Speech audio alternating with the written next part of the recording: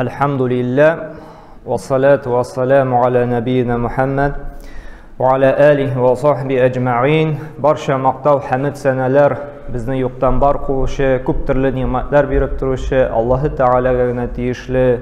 Bizdan chiqqan salovat shariflar bizga shu islom dinini olib kelgan, Qur'on o'rgatgan ham jannat yo'lini ko'rsatib qoldirgan suyukli payg'ambarimiz Muhammad sallallohu alayhi vasallamning ruhina borib erishsa edi.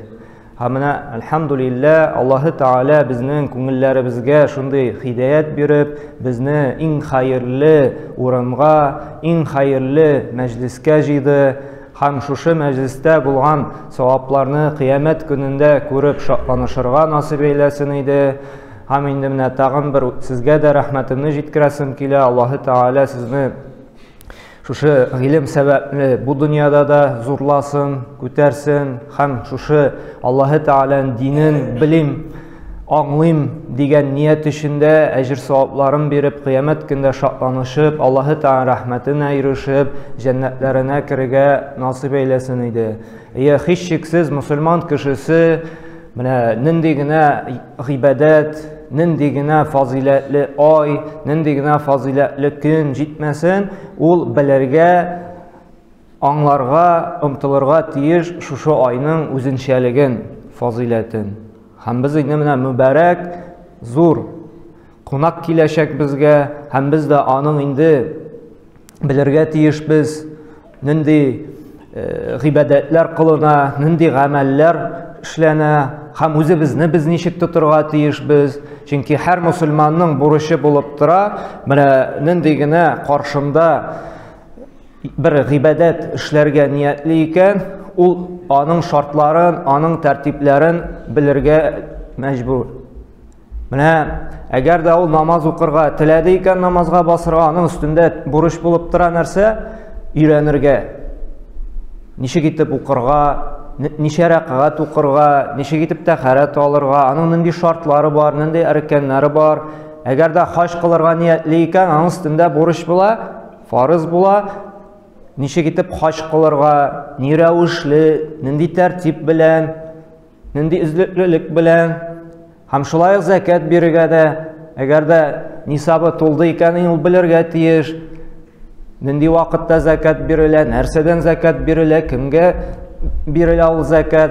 Hamma bu shulay Ramazon oyi yetuvini eshitgach, agarda men musulmon deb aytamiz ekan, men Allohning borlig'ini ishonam deb ekan, ham eshitilayotgan mana shunday muborak oy yeta, biz endi o'zimizda shunday burchni olirga tiyishmiz. Mana men narsa bilirga tiyishman shu oy turunda. Ramazon oyi ul bik muborak, bik fazilatli. Boshqa oylardan bo'lganda mana yildagi bo'lgan eng fazilatli, eng ustun oylarning birisi bo'lib tura. Chunki shu oydagina Qur'on indi. Shu oydagina g'imra qilu payg'ambar sollallohu alayhi vasallam bilan haj qilgan ajrga loyiqli. Shu oydagina bizning Alloh taolo ko'p etib izgiliklar ishlarga etargan chaqira. Ham shu oydagina Alloh taolo nishli mana bu xupli tarovih namozlarini jiyilu o'qu. Ya'ni sanab ketsang, mana bu Ramazon oyida bek ko'p izgiliklar ishlanadi turgan. Hammani mana chag'ishtirga yaratam shu Ramazon oyin bir izgilik jiya turgan bir sezon. Mana har kishining bitni sezon работы bo'ladi, shulay bit. Masalan, bizning tuzilishda ishlovchilarning alarning tip sezon shu yozdan olib qishga qadar, shulay bit. Alar shu bigrakda eng kuchli vaqti endi quyoshli motor jay kunlarida tuzib qoladi. Ham shu sezonda ishlagan, to'plagan mol bilan alar qishni chiqalar. Agarda endi shu sezonni qo'llanib qolmay ekan, shulay bit, kasb etmay ekan, u endi qishin og'ir chiqashaq. Ya ajatdan ajatga, yatigindan bundan so'ranib, ya'ni og'ir chiqashaq. Ham shulay g'ali ikkinchi misol keltira olamiz. Bigrakda hozir bizning bog'chachilik sezoni boshlanib endi. игенчеләр бар, фермерлар дегенде. Һәм аларның да әгәр дә шушы яз көне җирне эшкәртеп, орлыкларын чәчеп калмый икән, җәй көне инде ашламаларын сибеп, чүпләрен утап, менә бакчада да шул ук эшләрне башкарабыз. Һәм көз көне җыеп алмый икән, ул инде шулай ук нәрсә ач калырга мөмкин. Яки шулай ук кабатлана инде, әҗәткә кереп инде тормышын авырлыкка дучар итәчәк. Ягъни һәрбер эшнең, һәрбер һөнәрнең бар аның үз эшли торган вакытын. Әгәр дә шушы билгеләнгән вакытта эшләп каласың икән, син отышта буласың. Синең тормышың инде җайлырак киләнгәнрәк булачак. Әгәр дә шушы сезонны кулланып калмыйсың икән, салкын карыйсың икән инде, син инде хәсрәттә буласың, аянышта булачаксың. Һәм менә Рамазан айында Аллаһы Тәгалә елга бер шушындай ай биргән, адәм балаларына ахирәтләренә әзерләнер өчен, ахирәт басуына орлыкларын чәчер өчен, әз генә шушы дөньяны онытып, әзрәк кенә ахирәтне искә төшерегез әле дип, шушы айны биргән безгә. Изгелек орлыкларын чәчер өчен. Biz аны урып алачакбыз инде кыямәт көнендә. Кемненде орлык утырткан, ничек итеп буланы эшкәрткән, без аны кыямәт көнендә күрәчәкбез. Һәм Аллаһы Тәгалә хикмәт белән шушы айны әле урыны белән күчереп бара. Безне сынар өчен ни дәрәҗәдә безнең иманыбыз камил. Бигрәк тә хәзер инде язгы иң теге эш вакытына туры килә. Çünkü бакчада да эшләргә кирәк, шулай бит инде. Уразасын да тутырга кирәк, таравихын да укырга кирәк. Ел сайын ул сынала. Әле берничә ел элек җәй көне, шундый иссе вакытта, авыр вакытта Аллаһы Тәгалә безнең иманыбызны нинди дәрәҗәдә көчле икәнен сынап бара. Менә бу Рамазан айы шундый ниши торган димәк, игелекләр, hayırlı işler эшләп калана торган бер ай гына вакыт. Мөмкинчелек бирә. Менә шушы Рамазан айының фазиләтенә килгәндә, ислам дине безнең 5 әркәннән тора. Шулай мөселман кешесе 6 шанырга тиешле әркәне бар, һәр мөселман, һәм 5 һәр мөселман эшләргә тиешле гамәле бар. İman һәм гамәл. Ислам инде ул гамәл, иман инде ул ышану. Һәм алимнәр әйтә, менә шушы исламның 5 әркәне дә Рамазан айына туры килә диләр. Чөнки шушы 5 гамәл ислам динендә мусульманлыкны дәлилли торган. Рамазан айына нәкъ та туры килә. Алар Рамазан айында күпчелек вакытта эшләнә. Шәһадәт кәлимәсе инде ул һәр вакытта да әйтелә. Шулай бит, ихласта Аллаһ өчен гыйбадәтне багышлау. Уразада ихласлыкны тәрбияли торган, Аллаһка гына багышлана торган гыйбадәттән берсе. Шуңа күрә шәһадәт кәлимәсе ул бөтен гыйбадәттә дә керә. Икенчесе намаз икән, бик яхшы беләбез. Һәм намазда Рамазан айында күп укыла. Чөнки Пәйгамбер саллаллаһу алейһи ва саллям әйтте нәрсә диде? Мен қама Рамадана имаnan ва ихтисабан гуфира лаху ма тaqaddama min zanbihi. Сахих хадисендә, кем Рамазан айында узак итеп, узын итеп намазлар укый икән ди, ягъни монда инде төнге намазлар сүз турында бара инде, ягъни таравих намазы. Аллаһы Тәгаләнең гынахларын чистартырды, пакларды, арындырырды, моңарчы булган гынахларыннан ди. Yani күп итеп намаз уку. Һәм өченчесе һичшиксез инде ул ураза. Ураза турында инде айрым сөйләшәбез. Һәм дүртенчесе закат. Ураза айы, Рамазан айы ул юмартлык айы. Садакалар тарата торган, закат бирә торган, әгәр дә инде закатыбыз шушы Рамазан айына туры килә икән. Һәм бишенчесе хаҗ әркәне. Һәм Пәйгамбер саллаллаһу алейһи ва саллям да әйтте, кем Рамазан айында гомрә кыла икән ул Пәйгамбер саллаллаһу алейһи ва саллям белән хаҗ кылган кебек әҗерне ала диде. Төп фарыз хаж ул безнең Зулхиҗҗа аенда кылына һәм шушы айда кылынган хаж гына безнең үстебездән шушы бурычны төшерә. Рамазан айында гомрә кылу әле хаж фарызын үстән төшерми. Әмма хаж кылган кебек шушы айда әҗр аласың ди. Карагыз инде фазилатлы. Һәм әле шунсы үстен менә хәзер саный башларбыз, һәрберсен пунктлап дәлилләр китереп, иң беренче, иң олуг фазилат Рамазан айы бүтән бер айда да булмаган. Менә шушы Аллаһы Тәгалә ничә айдан сайлап алды, иң мөгъҗизалы, иң фазилатлы, иң үстен 14 асыр буе да актуаль булган, иң күп укыла торган. Шушы дөньяда шушының белән яшәсәң җәннәткә илтә торган һәм бәхеткә илтә торган китапны иңдергән кайсы айда? Рамазан айында.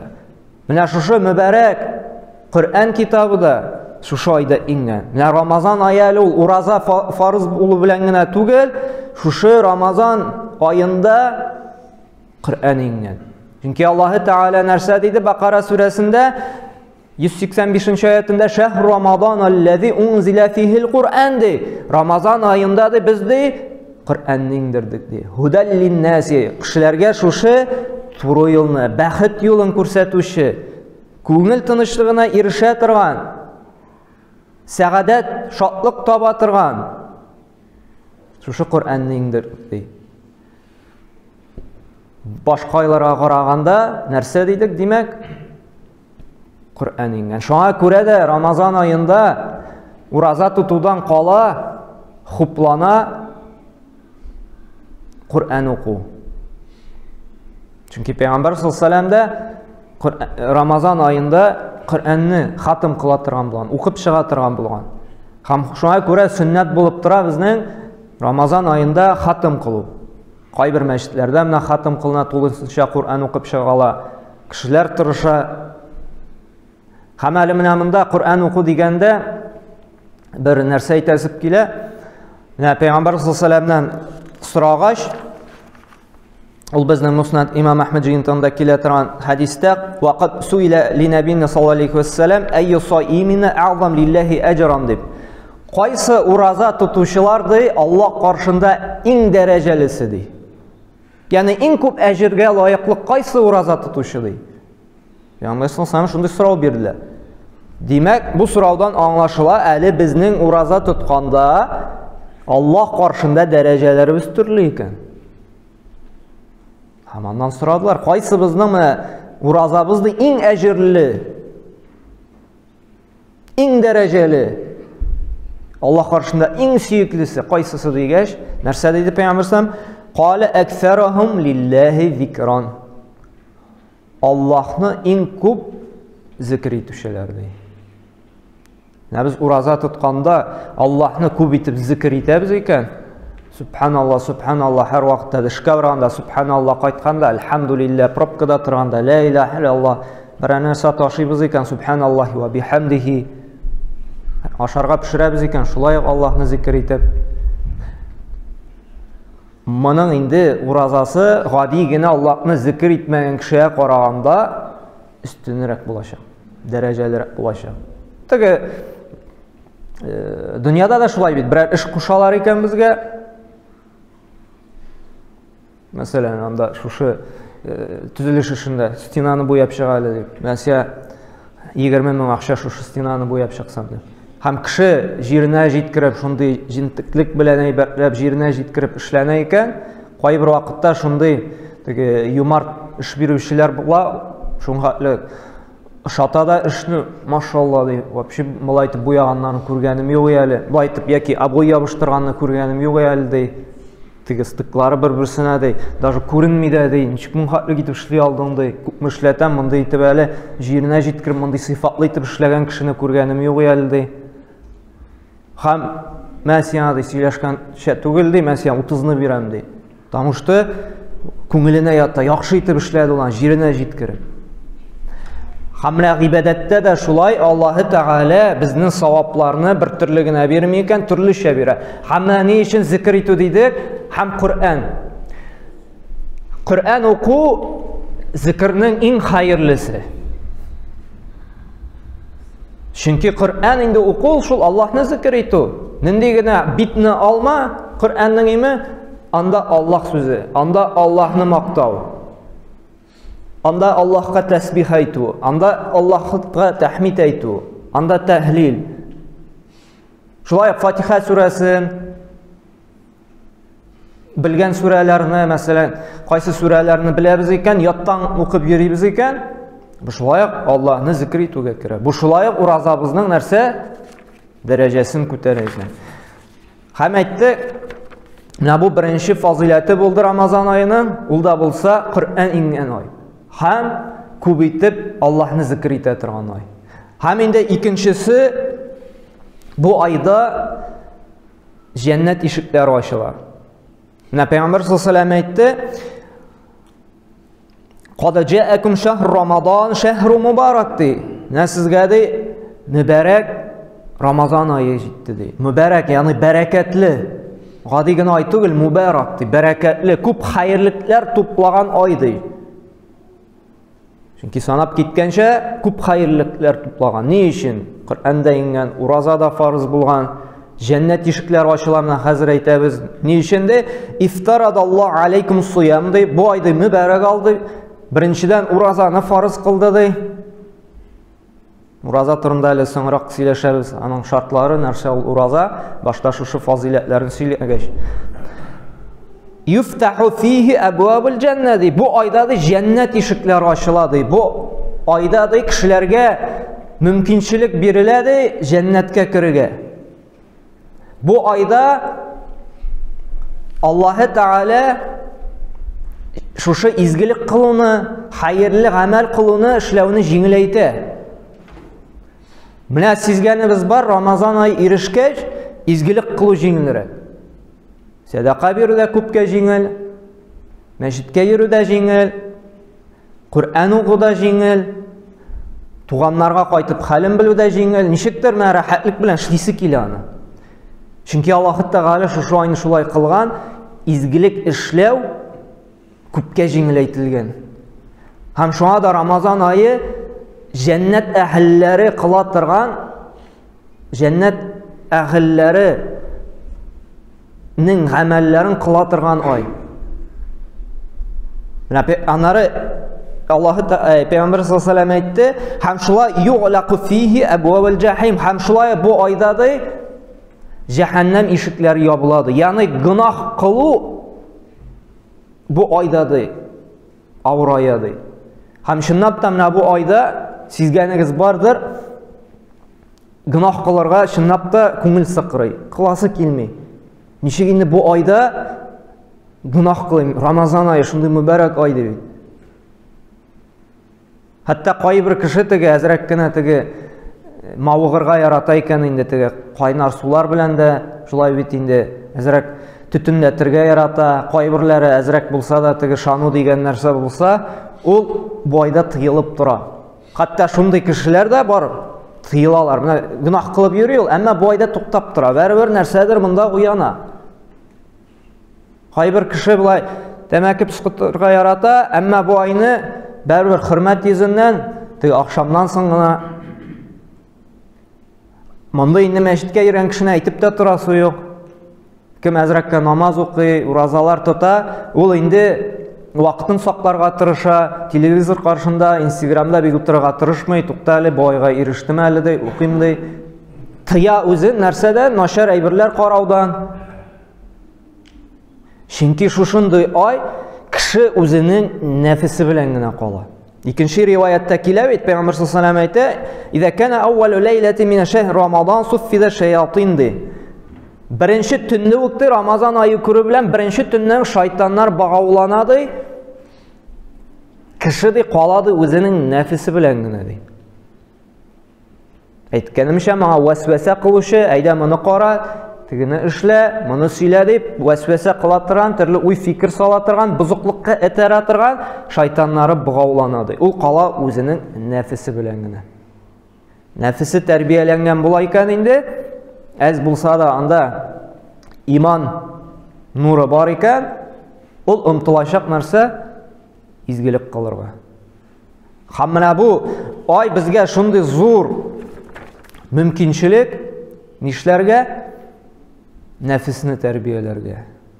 Чөнки вәсвәсә кылучы булмый. Байда намазга торырга да җиңелрәк була.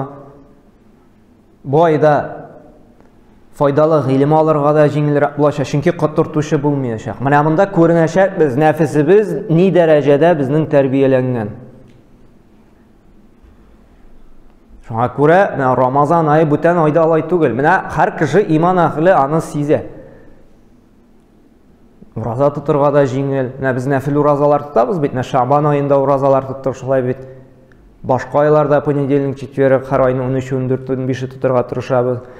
Ничектер кайбер көнне авыррак бара инде. Менә Рамазан ае җитү белән ничектер җиңел генә уразага кирип китә. Рәхәтлек шундый. Кайбер кеше бүтән айда бик Коръән укымый, әмма Рамазан айында рәхәтлек белән укый, күңеле теләп тора аның. Ни өчен? Чөнки вәсвәсә кылучы нәрсәгә инде ул сиңа Коръән, мондый китап укы, нәрсәгә инде сиңа мәчеткә йөрергә, шун бар бит. Рамазан айында алай түгел. Рамазан айында вәсвәсә кылмый, нәфсе әз булса да инде теге нормада торса, кеше әйтә икән, таравихка бары, әйдә барыйк әле, бербер икенче ай бу дип, мөбарәк ай, хәерлелек ай, эшлим әле, ахиратыма әзерлим әле, бәрбер иртәме соң анда барасы дип нишли үзгәрә. Менә бу дөнья өчен без тырышабыз. Бу дөнья, чөнки бу дөнья белән генә әле тормыш бетми, безнең әле мәңгелек тормыш бар. Менә бу Рамазан айы шушы мәңгелек тормышыбызга әзерләнә торган ай. Һәм әле менә Рамазан айының тагын бер үзенчәлеге, тагын бер фазиләте, ул да булса чистарыну айы.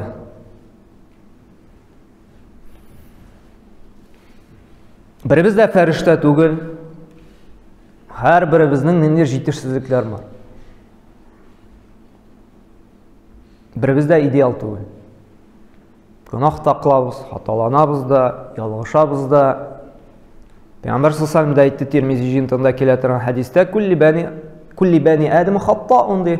Һәр бер адәм баласы хаталы ди, ялгышучан ди, онытучан ди. Ва хайрul xatta'ina at-tawwabun. Әмма шушы хаталанучыларның да, гөнаһлыларның да иң хәерлесе ди, хаталарын аңлап, тәүбәгә килүче, үзгәрүгә тырышучы ди. Менә безнең җәһәннәмгә кирүгә дә, менә бу тормышта да бәла казалар килүенә дә, төрле ширләр чыгуында, кризис килүенең дә, башка сана бетергесез шушындай вазгыятьтә яшәү безнең төп сәбәбе ул гөнаһлар. Ул кешенең азынуы, ул кешенең бузыклык кылуы, фәхишлек. Аллаһның газабына да дучар булу ул безнең гөнаһлар.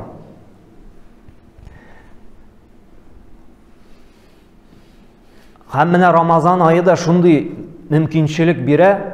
Аллаһы Тәгалә шундый мөмкинчелек бирә Рамазан айында менә шушы җыелган пычраклыктан чистарынырга, юынырга. Чөнки Пәйгамбәр саллаллаһу алейһи ва саллям әйтте, Бухари һәм Муслим җыентында килә торган хадистә, "Мен сама Рамазана ди, иманан ва ихтисабан." Кем шушы Рамазан айында ди, Рамазан айында иман белән. Яны Аллаһы Тәгалә шушы Рамазан айында шушы уразаны фарыз кылды дип, Аллаһның барлыгына, берлегенә ышанып, ул гына шушы галәмнәр белән идарә итә, ул гына бирүче, ул гына саклаучы, ул гына файда китерүче, ул гына барча ризык нимәтләрен биреп торучы. Һәм шушы биргән нимәтләре өчен шөкер итеп, барча нимәт, барча гыйбадат аңа гына тиешле, аннан гына өмет итәргә бурычлыбыз, аңа гына тәвәккәл итәргә кирәк дип инанабыз икән. Иманның беренче шарты, ул җибәргән фәрештәләргә ышанабыз икән. Ул иңдергән китапларга иман китерсәк, bu dünyaga örnek etip күрсәтелгән barcha җибәргән пәйгамбәрләребезгә iman китерсәк, ышансак, инансак, һәм менә монысында проблема инде күбебездә. Үлгәннән соң терелүгә, кыямәт көнен булачагына бернинди шик юк. Шанабыз икән. Бүгенге көндә шанабыз дип яшибез без, шулай бит. Татар инде ул. Мусульман шана ул. Нәрсәгә шана дигәч, Аллаһка шана инде. Шул гына что ли? Еди. Әмма ышану, иман бит ул Аллаһ белән генә шикләнми. Аңа бит үлгәннән соң терелүгә дә ышанырга кирәк. Аның санап киткән шушы фәрештәләренә, китапларына да ышанырга кирәк. Һәм алтынчысы инде нәрсә? Язмыш. Тәкъдирнең яхшысы да яманы да Аллаһтан булуына ышану. Менә шушы 6 төп нигезгә ышандык икән, без чын ышанучы мусульман булабыз, чын иман әһле булабыз. Әгәр дә Аллаһка ышанып, үлгәннән соң терелүгә ышанмыйбыз икән, язмышны инде инкар итәбез икән, башка пәйгамбәрләрне инкар итәбез, без иманлы булмыйбыз. Без әле мусульманлыктан ерак булабыз. Чөнки мин мусульман дигән кеше шушы иманның 6 әркәненә ышанырга тиеш. Шул вакытта гына Аллаһ Тәгалә күп аятларда әйтә, иман китерегез ди. Һәм санап китә Аллаһка, фәрештәләренә, китапларына. Бүгенге көндә менә күбездә шул проблема. Аллаһка ышанабыз дибез, үлгәннән соң терелүгә ышанмыйбыз без. Аллаһка ышанабыз дибез, фәрештәләрен анда ялганга чыгарабыз. Аллаһка ышанабыз дибез, кабер газабына ышанмыйбыз, ничегеннән дә күп кичкенә чокырда нәрсәләр сине газапларга мөмкин. Ничегене шире бетергәч, киридән сине җыя алсыннар инде дибез. Ягъни инкар итәбез шушы иманның баганаларын. Әмма кемде иман белән ди, вахтисабан, ягъни ихтисабан Аллаһ Тәгаләнең әҗрен өмет итеп, Аллаһ Тәгаләнең рәхмәтен өмет итеп ди, шушы айда да ураза тота икән ди. Менә шушы санап киткән бөтен бәла-каза килгән төп сәбәпче гынахлар. Гуфира лаху ма тaqaddama min zanbi. Аның шушы гынахлары ди ярлыкланыр ди, кичерелер ди, гафу ителер ди. Шушы гынахлардан чистарынып чыгыр ди шушы айда ди. Менә Рамазан айының ди зур фазиләте, чистарыну, үзгәрү.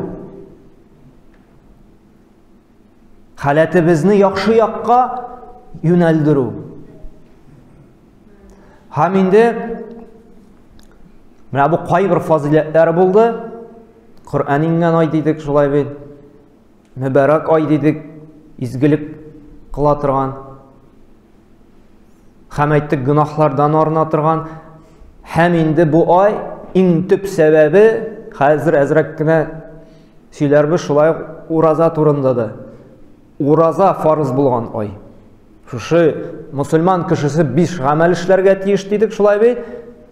Шуның берсе инде елга бер тапкыр ул бурычлы, шушы сәламәтлегенә шөкер итеп, Аллаһ Тәгалә менә шушындый камил сәламәт биргән өчен, шушы ризыкларын ашап, тәмин татып, ашказаннар эшкәртеп, җиңеллек белән инде чыгарып җибәргән өчен, менә шушындый сәламәт тән биргән өчен, шушы сәламәтлегенә шөкер итеп, ул елга бер тапкыр нишләргә тиеш?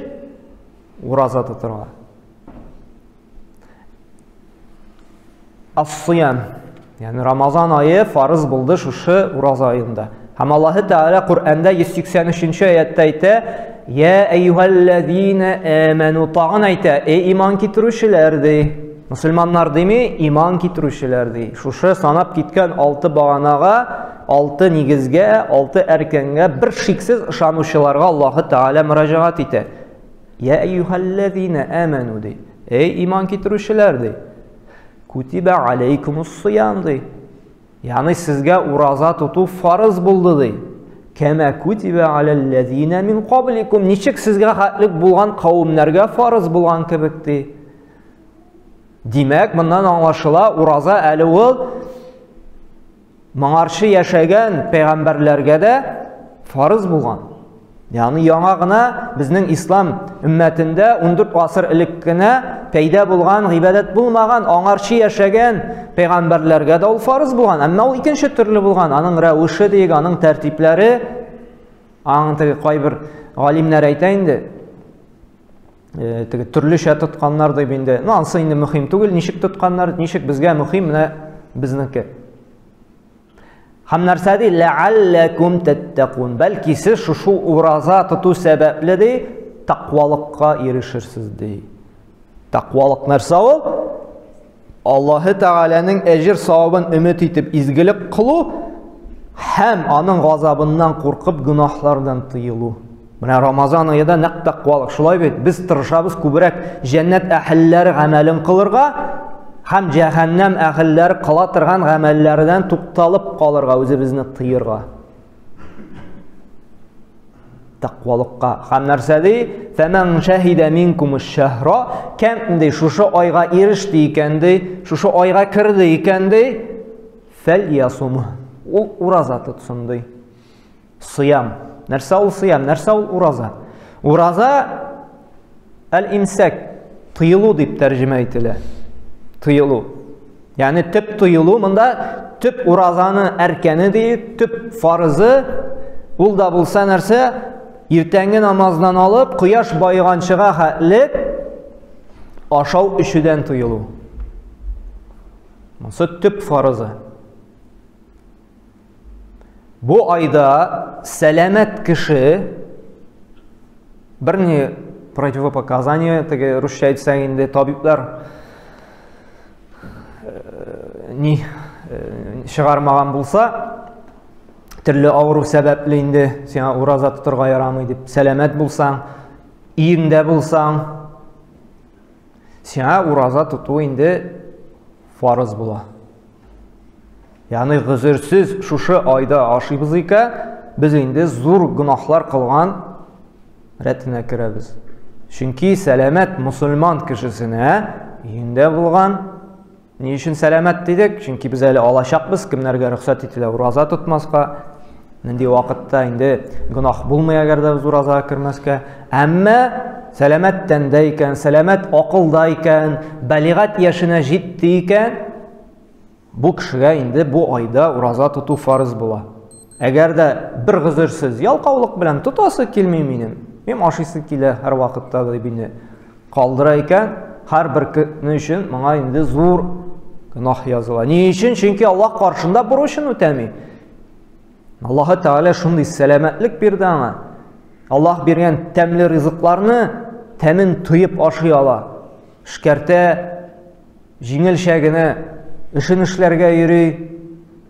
Һәм шушы биргән сәламәтлеге өчен, Аллаһның ризыкларын ашап шикәрткәне өчен ул шөкерсез була.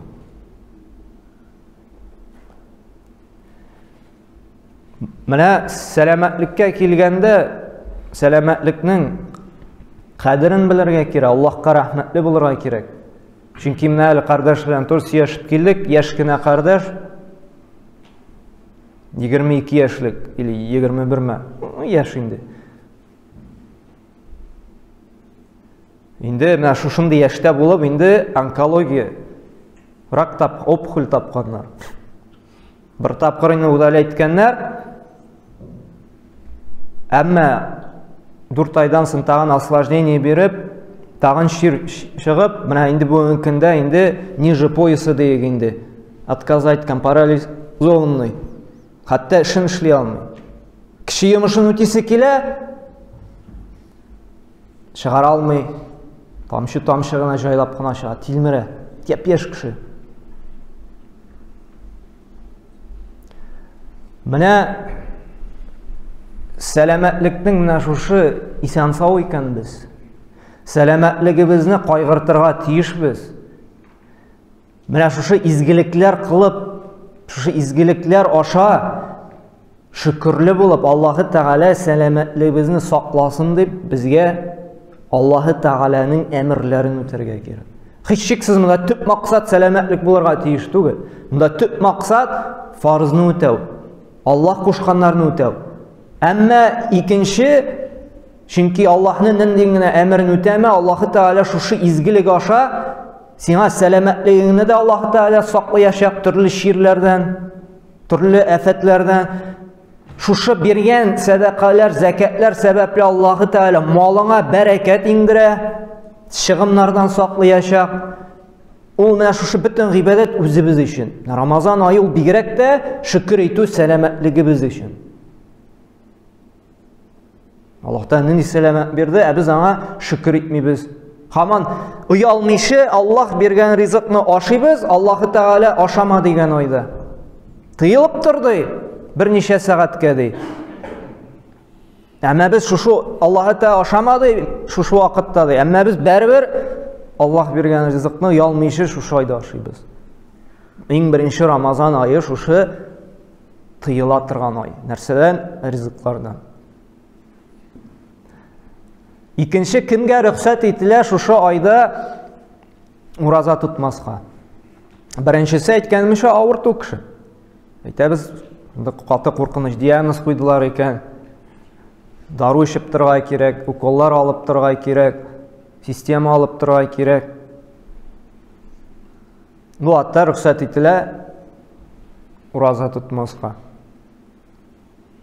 Бу инде үзе бер тирән монда безнең вакытта калды. Моны һәрберсен инде сәгатьләп сөйләргә була. Нинди авыртулар, нинди уколлар. Уколлар турында әле әйтеп китербез. Икенчесе мусафир кеше. Әгәр дә кеше берәр еракка сәфәргә барасы була икән, әгәр дә аңа ураза тоту шушы сәфәрдә авырлык китерә икән, бу кешегә рөхсәт ителә. Чөнки Аллаһ та Куръанда әйтә: Әйямен мәгъдудатти, Рамазан айы билгеле көннәр ди. Кайсыгыз ди авырту яки сәфәрдә булды ди, аларга рөхсәт ителә ди. Ураза тотмаска һәм калган көннәрен инде күпме көн калдырды, каза кылып кайтарасы була инде. Шуңа күрә мусафир кеше чыкты икән, аңа рөхсәт ителә ураза тотмаска. Монда сорау туа. Күп сорау бирәләр. Нәрсә хәерле безгә? Шушы сәфәргә чыктым икән, ураза тотыргамы, ураза тотмаскамы? Монда галимнәр әйтте, әгәр дә сәфәргә чыгу бер ни мәшәкать тудырмый. Әлхәмдулилlah бит инде. Барыбызда машиналар бар. Шулай бит инде еракка чабыз икән, самолетларда кондиционер. Җиңеллек бүгенге көндә сәфәрләр, элеккеге шикелле түгел. Бер ни авырлыгы юк икән. Хайрул лакум ин кунтум та'ламун. Ураза тоту сезнең өчен хәерлерәк ди, әгәр дә сез белсәгез ди. Шуңа күрә ураза тоту инде һичшиксез хәерлерәк. Әгәр дә бер ни авырлык булмаса да, әгәр дә авырлык бар икән, Аллаһның рөхсәте, проблема юк, ул вакытта инде уразага кирмәскә. Тагын монда сорау туа, ялгышып ашап эчеп куйса. Күп кеше әйтә, менә ди оныттым ди. Бигрәк тә инде беренче көннәрдә була инде ул безнең, аннары ияләнәбез. Безнең бит инде уразаны төп буза торгангамы, ул ашау эчү. Уразаны буза нәрсә? Төп аннулирует. Ул ашау эчү. Әгәр дә ялгышып ашап эчеп куйды, онытылып, ияләнмәгән бит инде. Монда Пәйгамбәр саллаллаһу алейһи ва саллям әйтте, кемдә онытып, ялгышып ашап куйды икән дә, ул уразасын дәвам итсен дә. Чөнки аны дөрестлектә дә Аллаһ ашатты һәм эчертте ди. Яни уразасы бузылмый, ялгышып ашап эчеп куйды икән, ул дәвам итә, казада кыласы. Бу Аллаһ Тәгаләнең безгә бер бүләге. Һәм уразаны тагын нәрсәләр буза? Уразаны тагын буза теге тирән итеп төтен сулау. Шуңа күрә галимнәр әйтте, бу тәмәке тартуларны инде аннары кайбер кеше кальяннар белән мавыга бит, бу төтен йоту күп микъдарда ул шулай уразаны буза. Әле бу гынах беренчедән, бу кальяннар, сигаретлар шулай бит харам. Һәм уразаны да буза. Шуңа күрә теге учак ягарга туры килә икән, төтен сулап торырга ярамый, белә торып. Читтә торырга кирәк. Яки кайбер мәчетләрдә менә теге бухур дилар инде, шундый тәмле, хуш исле агач инде. Шундый пропитанный ароматизатор белән агачлар, аны яндыралар да, ул тәмле исле төтен чыгара инде. Бигрәк тә гарәп илләрендә менә Мәккәгә, Мәдинәгә барсагыз, харам мәчетләрендә аны яндырып йөриләр инде. Кайбер монда да мәчетләрдә яндыралар, шундый ис чыгарып тора. Менә аның инде булай төтенен сулыйлар да, теге сіңдірәләр инде, исе тәмле булсын өчен. Менә шундый төтеннәрне тирән сулыш алып сулап торырга ярамый. Чөнки күп итеп сулыйсың икән, белә торып инде бу шулай уразаны боза диләр галимнәр. Каза кылырга кирәк була. Күрә белә торып, шулай төтендә торырга, төтен суларга ярамый. Менә уколлар турында әйткәне, күп сорау бирәләр. Уколлар уразаны бозама, бозмыйма дип. Уколлар инде төрле була. Венага кадала торган шулай бит инде. Бар инде теге тире астына гына кадала торган уколлар. Әгәр дә тире астына гына кадала торган обезболивающий уколлар була икән, бу уразаны бозмый. Ә менә венага кадала торган витаминный, глюкозалар, организмга көч-куат бирә торган уколлар була икән, галимнәр әйтте, булар инде уразаны боза диләр. Шуннан соң теге ниләр, тамчылар, каплялар. Борынга сала торган, күзгә сала торган, колакка сала торган бар. Борынга сала торган, галимнәр әйтте, борынга салу ул туп-туры инде безнең ашказанына китә ди. Ә уразаны боза, нәрсә ашказанына керә, организмга нәрсә көч-куат бирә, бу безнең уразаны боза. Шуңа күрә борынга сала торган каплялардан сакланып, тыелып торырга кирәк, авыз ачканча хәтлек. Сәхәргә хәтлек. Шуннан соң ифтардан соң без сала алабыз. Күзгә проблема юк, күзгә сала алабыз. Чөнки күз инде безнең тоташмаган ашказан ниләре белән галимнәр әйтте, күзгә салу инде ул безнең уразаны бозмый диделәр. Колакка салуга килгәндә, галимнәр монда әзрәк кенә инде ниттеләр, хилафлеккә керделәр, чөнки кайбер галимнәр әйтә ярамый ди, кайберләре ярый ди. Чөнки ул бәрабер тоташкан, эшкәләгән инде.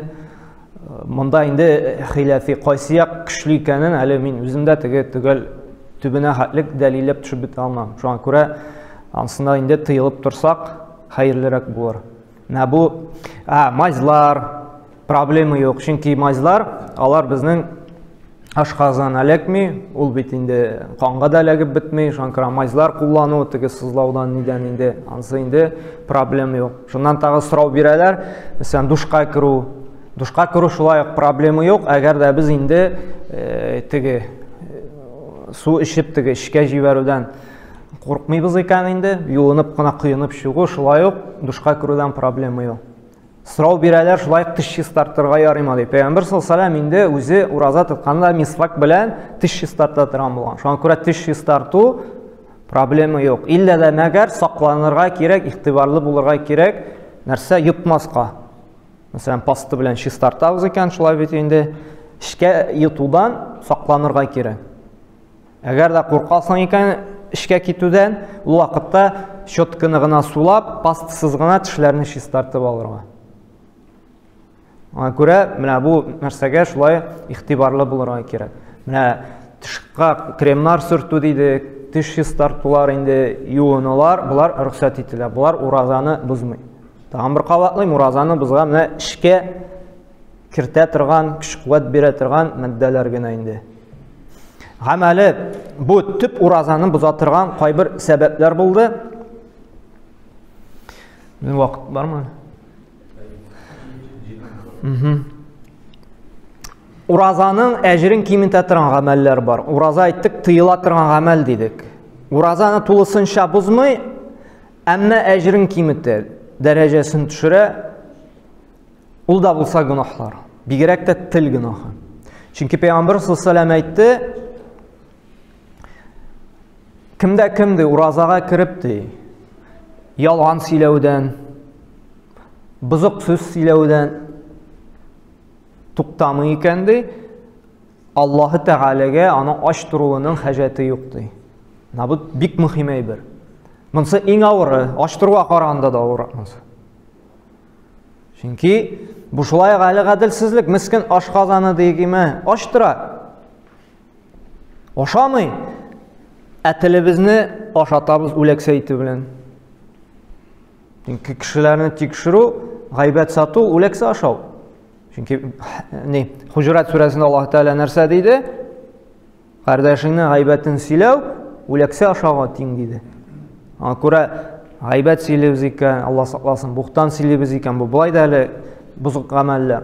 Кеше тикшерәбез икән, нишләп йөриләр? Кара тегенең белән килде, бу шуның белән йөри, күршесенә шалтырады. Кара тегеләр нишләп йөриләр? Аны тел, монсы иң хәтәре инде. Тыелу. Безнең уразада ашказаны гына тыелырга тиеш түгел, безнең күзләрдә тыелырга тиеш. Начар кинолар, бузык нәрсәләр колакларында тыерга кирәк, теләсә нинди нәрсәләр тыңлау, буш әйберләрдән. Хайырлырак әле теге җыр музыка тыңлаганчы, Коръән тыңлау, шушы Аллаһы Тәгаләнең хайырлы сүзләрен яки шушы Рамазан ае турында хайырлы вәгазьләр, чөнки ул шулай ук әҗерне киметә. Гомумән Рамазан аенда biz bütün tənimizni günahlardan tıyıb çistартырга тиешбез. Менә Рамазан ае шундый тыя торган тәрбияви айлар. Һәм уразаның әле менә тагын бер файдасы бар. Иманы яктан карадык, bütün günahlardan арынабыз дидек, шулай бит Аллаһның рәхмәтенә ирешәбез дидек. Тагын бер хадисне әйтергә онытканмын. Пәйгамбер саллаллаху алейхи әйтте, Аллаһы Тәгалә ди, Кутси хадистә килә бу, сахих хадис. Мин ди адәм балаларына ди бер изгелек өчен ди 10 әҗердән алып 700 мәртәбә хәтлек арттырам ди әҗерне. Эш белән мисал китергән бит, кайбер вакытта яхшы итеп эшләсәң, сиңа күбрәк премия бирәләр. Шулай бит, әгәр дә сыйфатлы эшләсәң, кешенең күңеленә кирип калсаң, Аллаһы Тәгалә шулай дидек, мен шул вакытта әйтәсем, онытканмын. Аллаһы Тәгалә менә гади эшкә дә 10 әҗердән алып 700 мәртәбәгә арттырырга мөмкин. Премия бирергә мөмкин әҗер савап белән. Әмма уразады минем өчен ди. Һәм уразага савапны үзем бирәчәкмен ди. Һәм уразаның савабын яшерде. Бу күрсәтә ураза тотучыга әҗерне бик күп итеп бирә. Башка бер мондый гыйбадәт тә юк, Аллаһы Тәгалә яшергән. Һәм ураза тотучыга Аллаһы Тәгалә аерым кыямәт көндә раян ишекләре билгеләгән. Аерым ураза тотучыга хас VIP. Без бит больниста торабыз икән, шират шулай бит. Берәр дустыбыз килеп аерым гына күрше ишектән генә ширатсыз алып кирип китә икән, без инде канатланып үзебезне әллә кемгә куеп кирип китәбез. Шулай бит. VIP клиент шикелле. Любой җирдә шулай ширатсыз, нисез. Һәм кыямәт көнендә дә шундый аерым дәрәҗәгә лаеклы кеше була аласың, әгәр дә син күп ураза тотучылардан булсаң, сиңа раян ишекләр әҗерләнгән. Һәм әле менә Аллаһы Тәгалә нинди генә әмер йөкләмәсен, нинди генә гыйбадәт безгә, үстебезгә бурыч итеп куймасын, аның файдасы һичшиксез беренче иман, шөкер итү булса, икенчесе әйткәнемчә инде үзебезнең сәламәтлеккә дә файдалы. Чөнки ураза тотканда нишлибез? Ашказаны ял итә, шлаклардан чистарына. Организм төрле авырту клеткаларны ашый. Чөнки аңа энергия кирәк бит. Һәм ул таба, шунда авырту каядыр анда яңа авырту чыгарга тора. Һәм Аллаһ Тәгалә шулай итеп организмны киләгән, иң беренче шушы авырту клеткаларны ашап бетерә. Организм. Ягъни бу безгә сәламәтләнү өчен бер яхшы сәбәп булып тора. Бүгенге көндә дә бик күп бит интернет тулды, голодание дип анда, төрле диеталар анда сәламәтләнү өчен инде. Һәм уразада менә безнең әле дөньяви яктан да сәламәтлеккә күпме файда китерә икән. Һәм әле безгә рәхимлелек сыйфатын уята. Ягъни йомшаклылык, бер-беребезне жәлләү хәленә керә белү. Чөнки ач торганда без уйланабыз. Нәхәб күрәбез шулай бит. Сириядә күпме балалар ачлыктан тилмирә, Йемендә, Африка илләрендә сөяккә калып беткәннәр, ашарларына юк, көненә бер телем ипи тапсалар, иң бәхетле кешеләр. Без булган шушы ризыгыбызны иктисад белән инде шулай бит исрафтан саклап тотырга өйрәнәбез. Иң кадерле эчемлек су, бер стакан суның да ни кадерле икән аңлый башлыйбыз. Без бит ниғмәтне кадерлей башлыйбыз югалткач кына. Һәм монда көне буе ризыктан мәхрүм булып торгач, без аны кадерлей башлыйбыз. Безнең шунда авыр хәлдә яшәүчеләр белән бүлешәсе килә башлый. Ягъни күңелебездә әзрәк булса да юмартлык хисләрен уята. Һәм инде шуның белән тамамлармын. Монда инде һәрбер бүлекне аерым сөйләп була. Без инде шуның белән генә шикләнербез, калганын безнең каналлардан карар. Менә соңгы ни белән генә тамамлыйм. Тирмизи җыентыгында килә торган хәдистә Пәйгамбер саллаллаһу алейһи ва сәллям әйтте: "Рагима анф раҗул дахала алейһи Рамадан, сумма инсалаха qabla an yughfara lahu." Кемде шушы Рамазан аена ирешеп тә ди, гынахларыннан арынып, чистарынып чыга алмаса ди, бу инде бик түбәнсетелгән хәлдә булыр ди бу кеше ди. Бу кешегә олы хәсрәт булыр ди. Шуңа күрә менә шушындый хәлдә булмасын өчен, кыямәт көнендә түбәнчелек хәлдә булмас өчен нишләргә кирәк? Шушы айның кадерен белеп, шулай бит аның фазиләтләрен кулланып, аны кадерләп, изгелекләр кылып чыгарга кирәк. Субханакалла бихамдик ва ашһаду ан ла илаха илля анта ва астагфирука ва атубу илейк.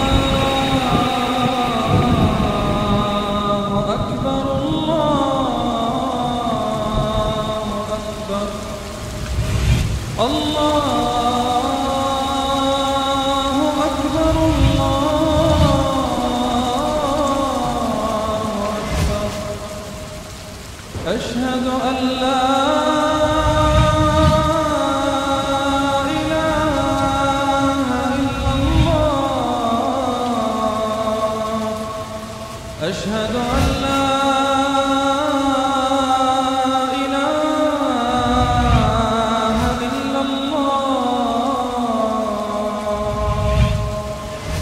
أشهد أن محمدا رسول